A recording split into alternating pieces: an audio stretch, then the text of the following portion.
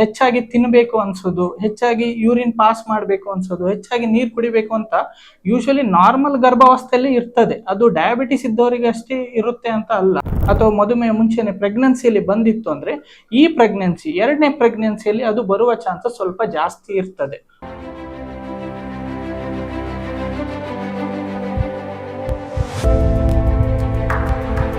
ಗಂಡನಿಗೆ ಶುಗರ್ ಇತ್ತು ಅಂದ್ರೆ ಅವಾಗ ಅವರು ಪ್ರೆಗ್ನೆನ್ಸಿ ಆಯ್ತು ಅಂದ್ರೆ ಅವಾಗೂ ಕೂಡ ಅವರು ಬ್ಲಡ್ ಟೆಸ್ಟ್ ಕೂಡ ಮಾಡಿಸಿ ಅದು ಶುಗರ್ ಇದೆಯೋ ಇಲ್ಲೋ ಅಂತ ಕಂಡುಕೊಳ್ಬೇಕಾಗ್ತದೆ. ಡಯಾಬಿಟಿಕ್ ಸ್ಕ್ರೀನಿಂಗ್ ಅಂತ ಮಾಡಿದ್ದೇವೆ, ಯಾಕಂದ್ರೆ India is A very high risk for the diabetes. ಈಗ ಪ್ರೆಗ್ನೆನ್ಸಿಗಿಂತ ಮುಂಚಿತವಾಗಿ ಶುಗರ್ ಇತ್ತು ಅಂದ್ರೆ ಅವ್ರು ಆಲ್ರೆಡಿ ಈಗ ಶುಗರ್ ಟ್ಯಾಬ್ಲೆಟ್ಸ್ ಅನ್ನ ತಗೊಂತಾ ಇದ್ರು ಅಂದ್ರೆ ಇವಾಗ ಪ್ರೆಗ್ನೆನ್ಸಿ ಆದ್ರು ಅಂದ್ರೆ ಅವರಿಗೆ ಏನ್ ಮಾಡ್ಬೇಕಾಗ್ತದೆ ಅಂದ್ರೆ ಪ್ರೆಗ್ನೆನ್ಸಿ ಇಲ್ಲದಿದ್ದರು ನಾರ್ಮಲ್ ಪೇಷಂಟ್ಸ್ಗೆ ಶುಗರ್ ಬಂದಾಗ ಟ್ರೀಟ್ಮೆಂಟ್ ಕೊಡೋದು, ಪ್ರೆಗ್ನೆನ್ಸಿಯಲ್ಲಿ ಟ್ರೀಟ್ಮೆಂಟ್ ಕೊಡೋದು ಸ್ವಲ್ಪ ವ್ಯತ್ಯಾಸ ಆಗ್ತದೆ.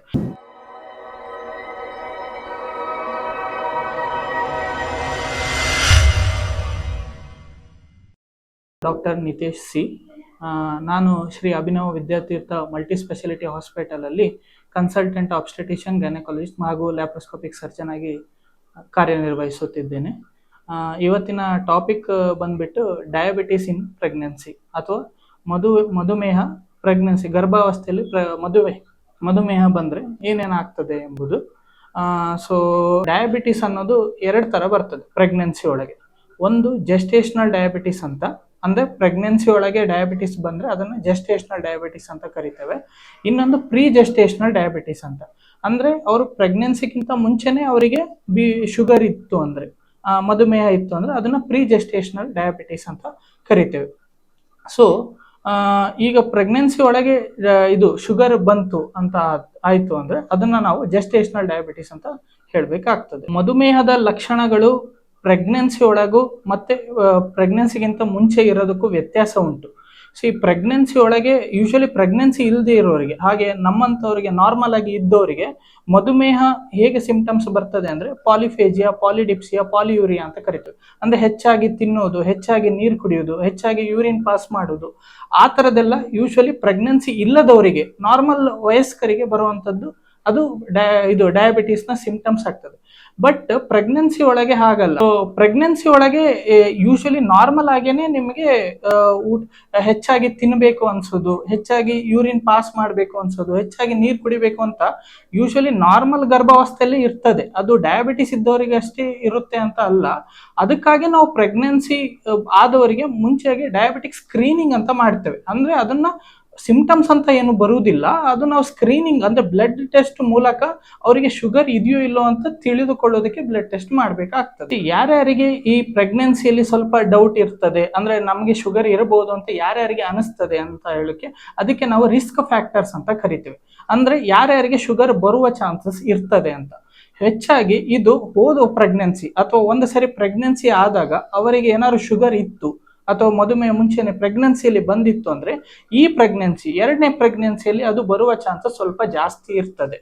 ಇನ್ನೊಂದು ಎರಡನೇದಾಗಿ ಅವರಿಗೆ ಈಗ ತಂದೆ ತಾಯಿ ಯಾರಿಗಾರು, ತಂದೆಗೆ ಅಥವಾ ತಾಯಿಗೆ ಇಬ್ಬರಿಗೂ ಶುಗರ್ ಇತ್ತು ಅಂದ್ರೆ ಅವಾಗ ತಾಯಿಗೆ ಯಾರು ತಾಯಿ ಆಗ್ತಾ ಇರ್ತಾರೆ ಅವರಿಗೆ ಶುಗರ್ ಬರುವ ಚಾನ್ಸಸ್ ಸ್ವಲ್ಪ ಜಾಸ್ತಿ ಇರ್ತದೆ. ಅಥವಾ ಗಂಡನಿಗೆ ಶುಗರ್ ಇತ್ತು ಅಂದ್ರೆ ಅವಾಗ ಅವರು ಪ್ರೆಗ್ನೆನ್ಸಿ ಆಯ್ತು ಅಂದ್ರೆ ಅವಾಗೂ ಕೂಡ ಅವರು ಬ್ಲಡ್ ಟೆಸ್ಟ್ ಕೂಡ ಮಾಡಿಸಿ ಅದು ಶುಗರ್ ಇದೆಯೋ ಇಲ್ಲೋ ಅಂತ ಕಂಡುಕೊಳ್ಬೇಕಾಗ್ತದೆ. ಆಮೇಲೆ ರಿಪೀಟೆಡ್ ಅಬಾರ್ಷನ್ಸ್ ಎಲ್ಲ ಆಗಿತ್ತು ಮುಂಚೆ ಅವರಿಗೆ ತುಂಬಾ ಸರಿ 2-3 ಸರಿ ಅಬಾರ್ಷನ್ ಎಲ್ಲ ಆಗಿತ್ತು ಅಂದ್ರೆ ಒಂದು ಸರಿ ಶುಗರ್ ಟೆಸ್ಟ್ ಮಾಡಿಸಿ ಅವರಿಗೆ ಶುಗರಿಂದ ರಿಸ್ಕ್ ಉಂಟಾ ಇಲ್ಲ ಅಂತ ಕೂಡ ಅವರಿಗೆ ಟೆಸ್ಟ್ ಮಾಡ್ತೇವೆ. ಬಟ್ ನಾವು ಗೌರ್ಮೆಂಟ್ ಆಫ್ ಇಂಡಿಯಾದಿಂದ ಈಗ ಎಲ್ಲರಿಗೂ ಕಂಪಲ್ಸರಿಯಾಗಿ ಡಯಾಬಿಟಿಕ್ ಸ್ಕ್ರೀನಿಂಗ್ ಅಂತ ಮಾಡಿದ್ದೇವೆ. ಯಾಕಂದ್ರೆ India is A very high risk for the diabetes. So ಎಲ್ಲರಿಗೂ ಕೂಡ ಶುಗರ್ ಟೆಸ್ಟ್ ಮಾಡಿ ಮೊದಲ ತಿಂಗಳಿನಲ್ಲೇ ಅಥವಾ ಮೊದಲ ವಿಸಿಟ್ ನಲ್ಲೇ ಅವರಿಗೆ ಶುಗರ್ ಇದೆಯೋ ಇಲ್ಲ ಎಂದು ಕನ್ಫರ್ಮ್ ಮಾಡಿಕೊಳ್ಬೇಕಾಗ್ತದೆ. ಸೊ ಡಯಾಬಿಟಿಸ್ ಇನ್ ಪ್ರೆಗ್ನೆನ್ಸಿ ಅಥವಾ ಜೆಸ್ಟೇಷನಲ್ ಡಯಾಬಿಟಿಸ್ ಅಥವಾ ಪ್ರೀ ಜೆಸ್ಟೇಷನಲ್ ಡಯಾಬಿಟಿಸ್ ಪ್ರೆಗ್ನೆನ್ಸಿಲಿ ಶುಗರ್ ಬಂದರೆ ಅಥವಾ ಶುಗರ್ ಮುಂಚಿತವಾಗಿ ಇತ್ತು ಅಂದರೆ, ಸೊ ಆದಷ್ಟು ಅದನ್ನು ಕಂಡುಕೊಳ್ಳೋದಕ್ಕೆ ನಾವು ಆಲ್ರೆಡಿ ಟೆಸ್ಟ್ಗಳನ್ನು ಕೂಡ ಹೇಳಿದ್ದೇನೆ, ಹಾಗೆ ಅದಕ್ಕೆ ರಿಸ್ಕ್ ಫ್ಯಾಕ್ಟರ್ಸ್ ಕೂಡ ಯಾವುದು ಅಂತ ಕೂಡ ಹೇಳಿದ್ದೇನೆ. ಸೊ ಇದನ್ನು ತಲೆಯಲ್ಲಿ ಇಟ್ಟುಕೊಂಡು ಆದಷ್ಟು ಅಂದರೆ ಸ್ವಲ್ಪ ಅರ್ಲಿ ಏಜಲ್ಲೇ ಪ್ರೆಗ್ನೆನ್ಸಿಯನ್ನು ಟ್ರೈ ಮಾಡುವುದಾಗಲಿ, ಅಥವಾ ನಿಮಗೆ ಶುಗರ್ ಬಂತು ಅಂತ ಗೊತ್ತಾಯಿತು ಅಂದರೆ ಕೂಡಲೇ ಡಾಕ್ಟರ್ನ ಸಂಪರ್ಕಿಸಿ ಇನ್ಸುಲಿನ್ ತಗೊಳ್ಳೋದಕ್ಕಾಗಲಿ, ಮತ್ತೆ ನೀವು ಇಲ್ಲೇ ಅದ್ರ ಬಗ್ಗೆ ಒಂದು ಸ್ವಲ್ಪ ಎಚ್ಚರವಾಗಿರಿ. ಸೊ ಈ ಥರ ಶುಗರ್ ಇದೆ ಅಂತ ನಿಮಗೆ ಆದಷ್ಟು ಬೇಗ ಕಂಡು ಬಂದಲ್ಲಿ ಆದಷ್ಟು ನೀವು ಅಬ್ಸ್ಟೆಟಿಷಿಯನ್ಗೆ ಅಥವಾ ಹೆಣ್ಣು ಮಕ್ಕಳ ತಜ್ಞರ ಹತ್ರನೇ ಹೋಗಿ ತೋರಿಸ್ಕೊಂಡು ಅದಕ್ಕೆ ಬೇಕಾದ ಟ್ರೀಟ್ಮೆಂಟನ್ನು ಆದಷ್ಟು ಬೇಗ ಶುರು ಮಾಡ್ಕೊಳ್ಳಿ. ಸೊ ದಟ್ ನಾವು ಅರ್ಲಿಯಾಗಿ ಅದರ ಕಾಂಪ್ಲಿಕೇಶನ್ ಆಗುವುದನ್ನು ನಾವು ತಡೆಯಬೇಕಾಗ್ತದೆ. ಸೊ ಕಾಂಪ್ಲಿಕೇಶನ್ ಆದರೂ ಕೂಡ ಅದಕ್ಕೆ ಸೂಕ್ತವಾದ ಟ್ರೀಟ್ಮೆಂಟ್ಗಳು ಬರ್ತದೆ, ಅದನ್ನು ಕೂಡ ಸೀಕ್ವೆನ್ಸ್ ಆಗಿ ಮಾನಿಟರಿಂಗ್ ಮಾಡ್ಕೊತಾ ಇರಬೇಕಾಗ್ತದೆ. ಯೂಶ್ವಲಿ ಪ್ರೆಗ್ನೆನ್ಸಿಯಲ್ಲಿ ಶುಗರ್ ಬಂದರೆ, ಈಗ ನಾರ್ಮಲ್ ಪ್ರೆಗ್ನೆನ್ಸಿಯಲ್ಲಿ ಸ್ಕ್ಯಾನ್ ಮಾಡೋದಕ್ಕೂ ಶುಗರ್ ಬಂದಿರೋರಿಗೆ ಅಥವಾ ಪ್ರೆಗ್ನೆನ್ಸಿಯಲ್ಲಿ ಶುಗರ್ ಬಂದರೆ ಸ್ಕ್ಯಾನಿಂಗ್ ಮಾಡೋದಕ್ಕೂ ಸ್ವಲ್ಪ ವ್ಯತ್ಯಾಸ ಆಗ್ತದೆ. ಹೇಗೆ ಅಂದರೆ, ಈಗ ಫಸ್ಟ್ 3 ತಿಂಗಳಿಗೆ ಯೂಶ್ವಲಿ ನಾರ್ಮಲ್ ಆಗಿ ಸ್ಕ್ಯಾನ್ ಅನ್ನು ಮಾಡ್ತೇವೆ, ಅದನ್ನ ನಾವು NT ಸ್ಕ್ಯಾನ್ ಅಂತ ಕರಿತೇವೆ. ಆಮೇಲೆ 5ನೇ ತಿಂಗಳಿಗೆ ಅನಾಮಲಿ ಸ್ಕ್ಯಾನ್ ಅಂತ ಮಾಡ್ತೇವೆ. ಅದ್ರ ಜೊತೆಗೆ 5ನೇ ತಿಂಗಳು ಅಂದರೆ 20 ವೀಕ್ಸಿಗೆ ಅನಾಮಲಿ ಸ್ಕ್ಯಾನ್ ಮಾಡಬೇಕಾಗ್ತದೆ.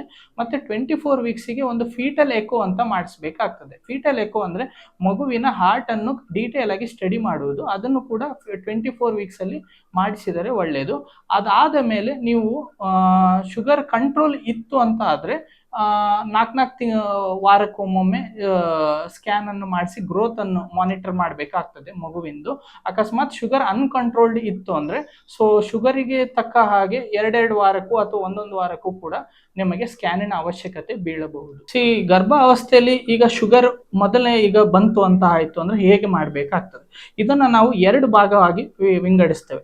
ಒಂದು ಮೊದಲ 6 ತಿಂಗಳ ಒಳಗೆ ಅಥವಾ ಕೊನೆಯ 3 ತಿಂಗಳು, 9 ತಿಂಗಳು ಅಂತ ಹೇಳಿದ್ರೆ ಮೊದಲ 6 ತಿಂಗಳ ಒಳಗೆ ಬಂದರೆ ಅಥವಾ ಫಸ್ಟ್ 3 ತಿಂಗಳ ಒಳಗೆ ಶುಗರ್ ಬಂತು ಅಂದರೆ, ಆಮೇಲೆ ನೆಕ್ಸ್ಟ್ 3 ತಿಂಗಳಾದ್ಮೇಲೆ ಶುಗರ್ ಬಂತು ಅಂದರೆ ಏನು ಮಾಡಬೇಕು ಅಂತ. ಫಸ್ಟ್ 3 ತಿಂಗಳು ಮಗುವಿನ ಅಂಗಾಂಗಗಳು ಬೆಳೆಯುವಂಥ ಟೈಮ್ ಅದು. ಸೊ ಆ ಟೈಮು ಅದು ತುಂಬ ವೆರಿ ಪ್ರೀಷಿಯಸ್. ಈಗ ಆ ಟೈಮಲ್ಲಿ ನಿಮಗೆ ಶುಗರ್ ಇದೆ ಅಂತ ಗೊತ್ತಾದಾಗ ಅದನ್ನು ನಾವು ಕಂಟ್ರೋಲಿಗೆ ತರಲಿಲ್ಲ ಅಂದರೆ ಮಗು ಕರೆಕ್ಟಾಗಿ ಅಂಗಾಂಗಗಳೆಲ್ಲ ಕರೆಕ್ಟಾಗಿ ಬೆಳೆಯೋದಿಲ್ಲ. ಅವಾಗ ಮಲ್ಟಿಪಲ್ ಅನಾಮಲೀಸ್ ಬೇಬಿ ಆಗಿ ಇದು ಆಗೋ ಚಾನ್ಸಸ್ ಇರ್ತದೆ. ಅದಕ್ಕಾಗಿ ಈಗ ಏನಾದರೂ ಮುಂಚಿತವಾಗಿ ಅವರಿಗೆ ಶುಗರ್ ಇದೆ ಅಂತ ಗೊತ್ತಾಯಿತು ಅಂದರೆ ನಾವು ಇಮ್ಮಿಡಿಯೇಟ್ ಆಗಿ ಇನ್ಸುಲಿನ್ ಅನ್ನು ಶುರು ಮಾಡುವುದು is the first drug of choice ಅಂತ ಕರಿತೇವೆ. ಯೂಶ್ವಲಿ ಟ್ಯಾಬ್ಲೆಟ್ ಏನು ಶುಗರ್ ಟ್ಯಾಬ್ಲೆಟ್ ಇರ್ತದೆ ಅದನ್ನು ನಾವು 5 ತಿಂಗಳ ಆದಮೇಲೆ ತಗೊಳ್ಳೋದು ಒಳ್ಳೆಯದು. ಗೌರ್ಮೆಂಟ್ ಆಫ್ ಇಂಡಿಯಾ ರೆಕಮೆಂಡೇಶನ್ ಪ್ರಕಾರ ನೀವು 5 ತಿಂಗಳ ಆದಮೇಲೆ ಶುಗರ್ ಟ್ಯಾಬ್ಲೆಟ್ ಏನು ಬರ್ತದೆ ಅದನ್ನು ತಗೊಳ್ಳಿ. ಬಟ್ ನಿಮ್ಮ ಫಸ್ಟ್ ಟ್ರೀಟ್ಮೆಂಟ್ ಆಫ್ ಚಾಯ್ಸ್ ಅಂತ ಬಂದರೆ ಇನ್ಸುಲಿನ್ನ ಸ್ಟಾರ್ಟ್ ಮಾಡಬೇಕಾಗ್ತದೆ ನೀವು ಪ್ರೆಗ್ನೆನ್ಸಿ ಒಳಗೆ. ಆಮೇಲೆ ನಿಮಗೆ 5 ತಿಂಗಳ ಆದಮೇಲೆ ಈ ಕಂಟ್ರೋಲ್ ಇತ್ತು ಅಂದರೆ ನೀವು ಇನ್ಸುಲಿನ್ ಪ್ಲಸ್ ಶುಗರ್ ಟ್ಯಾಬ್ಲೆಟ್ ಎರಡನ್ನು ಮಾಡಬೇಕಾಗ್ತದೆ. ಬಟ್ ಮುಂಚಿತವಾಗಿ ಈಗ ಫಸ್ಟ್ ಶುಗರ್ ಇದೆ ಅಂತ ಗೊತ್ತಾಯಿತು ಅಂದರೆ ನೀವು ಇನ್ಸುಲಿನ್ನೇ ಸ್ಟಾರ್ಟ್ ಮಾಡಬೇಕು.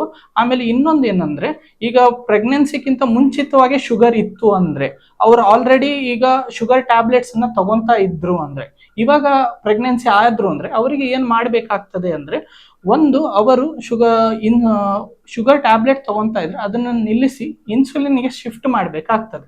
ಇನ್ಸುಲಿನ್ ಶಿಫ್ಟ್ ಮಾಡಿ ಇನ್ಸುಲಿನ್ ಡೋಸ್ ಎಷ್ಟು ಬೇಕಾಗ್ತದೆ ಅವರ ಬಾಡಿಗೆ ತಕ್ಕ ಹಾಗೆ ಅದನ್ನು ನಾವು ಟೈಟ್ರೇಟ್ ಮಾಡಬೇಕಾಗ್ತದೆ. ಇನ್ನು ಆಹಾರ ಪದ್ಧತಿ ಅಂತ ಬಂದರೆ ಹೆಚ್ಚಾಗಿ ನೋಡಿ, ಪ್ರೆಗ್ನೆನ್ಸಿ ಇಲ್ಲದಿದ್ದರು ನಾರ್ಮಲ್ ಪೇಷಂಟ್ಸಿಗೆ ಶುಗರ್ ಬಂದಾಗ ಟ್ರೀಟ್ಮೆಂಟ್ ಕೊಡೋದು, ಪ್ರೆಗ್ನೆನ್ಸಿಯಲ್ಲಿ ಟ್ರೀಟ್ಮೆಂಟ್ ಕೊಡೋದು ಸ್ವಲ್ಪ ವ್ಯತ್ಯಾಸ ಆಗ್ತದೆ.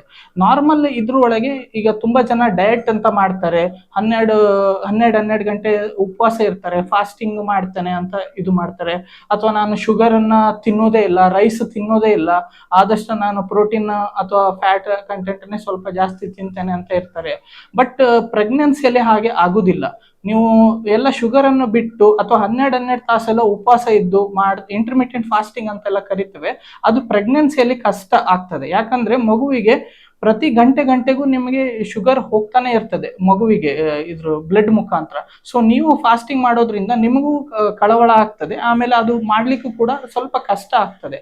ಅದಕ್ಕಾಗಿ ನಿಮ್ಮ ಡಯಟ್ ಪ್ಲಾನ್ ಅನ್ನು ನೀವು ಪ್ಲಾನ್ ಮಾಡಬೇಕಾಗ್ತದೆ. ಹೇಗಂತ ಅಂದ್ರೆ ಸ್ವಲ್ಪ ಸಕ್ಕರೆ ಇರುವಂತ ಹೈ ಗ್ಲೈಸಿಮಿಕ್ ಇಂಡೆಕ್ಸ್ ಇರುವಂತ ಪದಾರ್ಥಗಳು, ಅಂದ್ರೆ ಈ ಅನ್ನ, ಸಕ್ಕರೆ ಆ ತರದ ಅಂಶಗಳನ್ನ ಬಿಡಬೇಕಾಗ್ತದೆ. ಬಿಡು ಅಂದ್ರೆ ಕಂಪ್ಲೀಟ್ ಬಿಡುವುದಲ್ಲ. ಈಗ 3 ಹೊತ್ತು ಊಟ ಮಾಡ್ತಾ ಇದ್ದೀರಾ ಅಂದ್ರೆ ಯಾವ್ದಾದ್ರು 1 ಹೊತ್ತು ಅಥವಾ 2 ಹೊತ್ತು ಊಟವನ್ನು ರೈಸ್ ಒಂದು ತಗೊಳ್ಳಿ. ಉಳಿದಿದ್ದ ಟೈಮಲ್ಲಿ ಸ್ವಲ್ಪ ಚಪಾತಿ, ರಾಗಿ ಆ ತರದ ಐಟಮ್ಸ್ ಗಳನ್ನು ಸ್ವಲ್ಪ ತಗೊಳ್ಳೋದು ಮಾಡ್ಬೇಕಾಗ್ತದೆ. ಈಗ ಶುಗರ್ ಇದ್ದವರಿಗೆ ಅದು ಮಗುವಿನ ಮೇಲೆ ಹಾಗೂ ತಾಯಿಯ ಮೇಲೆ ಹೇಗೆ ಅದು ಪರಿಣಾಮ ಬೀಳ್ತದೆ ಅಂದ್ರೆ, ಸೊ ತಾಯಿಗೆ ಬಂತು ಅಂದ್ರೆ ಅವರಿಗೆ ಶುಗರ್ ಇಂದ ಆಗ್ಬಿಟ್ಟು ಡಯಾಬಿಟಿಸ್ ಇದ್ರ ಸಲುವಾಗಿ ಅವರಿಗೆ ಪ್ರೀ ಎಕ್ಲಾಂಶಿಯಾ ಅಂತ ಕರಿತೇವೆ. ಅಂದ್ರೆ ಶುಗರಿನ ಜೊತೆಗೆ BP ಕೂಡ ಬರೋ ಚಾನ್ಸಸ್ ಕೂಡ ಇರ್ತದೆ. ಅದು ಒಂದು ಕಾರಣ ಆಗ್ತದೆ ಒಂದು. ಆಮೇಲೆ ಇನ್ನೊಂದು ಏನಪ್ಪಾ ಅಂದ್ರೆ ಅದ್ರ ಜೊತೆಗೆ ಸೊ ಅಬೋರ್ಷನ್ಸ್ ಆಗುವ ರಿಸ್ಕ್ಗಳು ಸ್ವಲ್ಪ ಜಾಸ್ತಿ ಇರ್ತದೆ. ಅನೋಮಲಸ್ ಬೇಬಿ ಆಗುವಂತ ರಿಸ್ಕ್ಗಳು ಕೂಡ ಜಾಸ್ತಿ ಇರ್ತದೆ. ಇದು ಮೊದಲ 5 ತಿಂಗಳ ಒಳಗೆ ಆಗುವಂಥದ್ದು.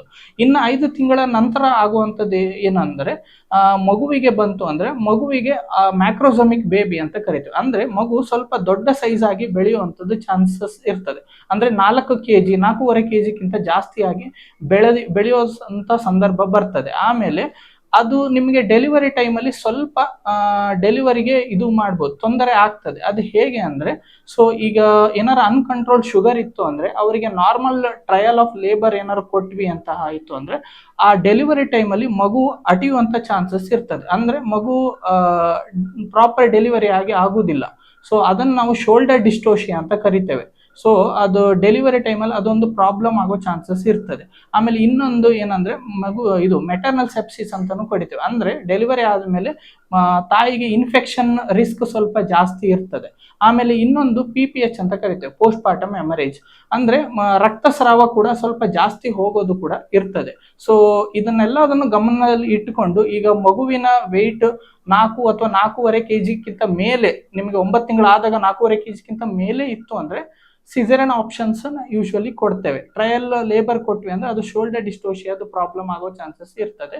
ಸೊ ಮಗುವಿನ ಇದು ಕಮ್ಮಿ ಇತ್ತು ಅಥವಾ ವೆಯ್ಟ್ ಕಮ್ಮಿ ಇತ್ತು, ವೆಲ್ ಕಂಟ್ರೋಲ್ ಶುಗರ್ ಇತ್ತು ಅಂದ್ರೆ ನೀವು ನಾರ್ಮಲ್ ಟ್ರಯಲ್ ಆಫ್ ಲೇಬರ್ನ ಟ್ರೈ ಮಾಡ್ಬೋದು, ಅದಕ್ಕೆ ಏನೂ ಸಮಸ್ಯೆ ಇಲ್ಲ. ಈಗ ಯೂಶುವಲಿ ಪ್ರೆಗ್ನೆನ್ಸಿಯಲ್ಲಿ ಒಂದು ಸರಿ ಶುಗರ್ ಬಂತು, ಅದನ್ನ ನಾವು ಜೆಸ್ಟೇಷನಲ್ ಡಯಾಬಿಟಿಸ್ ಅಂತ ಕರಿತೇವೆ ಯೂಶುವಲಿ. ಈಗ ಅದು ಒಂದು ಸರಿ ಶುಗರ್ ಬಂದ ಮೇಲೆ ಈಗ ಪ್ರೆಗ್ನೆನ್ಸಿ ನಿಂತ ಮೇಲೆ ಶುಗರ್ ಹೋಗ್ತದ ಅಥವಾ ಮುಂದೆ ಅದು ಶುಗರ್ ನಿಂತ ಮೇಲೆ ಮತ್ತೆ ಅವರಿಗೆ ಶುಗರ್ ಬರುವ ಚಾನ್ಸಸ್ ಅಥವಾ ಡಯಾಬಿಟಿಸ್ ಚಾನ್ಸಸ್ ಇದೆಯಾ ಅಂತ ಕೇಳಿದ್ರೆ ಅದಕ್ಕೆ ಅರೌಂಡ್ 50 to 60% ಚಾನ್ಸಸ್ ಉಂಟು. ಅದು ತಾಯಿಗೆ ಈಗ ಏನಾದರೂ ಅವರಿಗೆ ಡಯಾಬಿಟಿಸ್ ಅಂದ್ರೆ ಜೆಸ್ಟೇಷನಲ್ ಡಯಾಬಿಟಿಸ್ ಬಂತು ಅಂದ್ರೆ ಪ್ರೆಗ್ನೆನ್ಸಿ ಟೈಮಲ್ಲಿ ಶುಗರ್ ಬಂತು ಅಂದ್ರೆ ಅವರಿಗೆ 40 ಅಥವಾ 45 ವರ್ಷದ ಮೇಲೆ ಒಂದು 50ರಿಂದ 60% ಚಾನ್ಸಸ್ ಇರ್ತದೆ ಶುಗರ್ ಮುಂದೆ ಕೂಡ ಬರುವುದಕ್ಕೆ.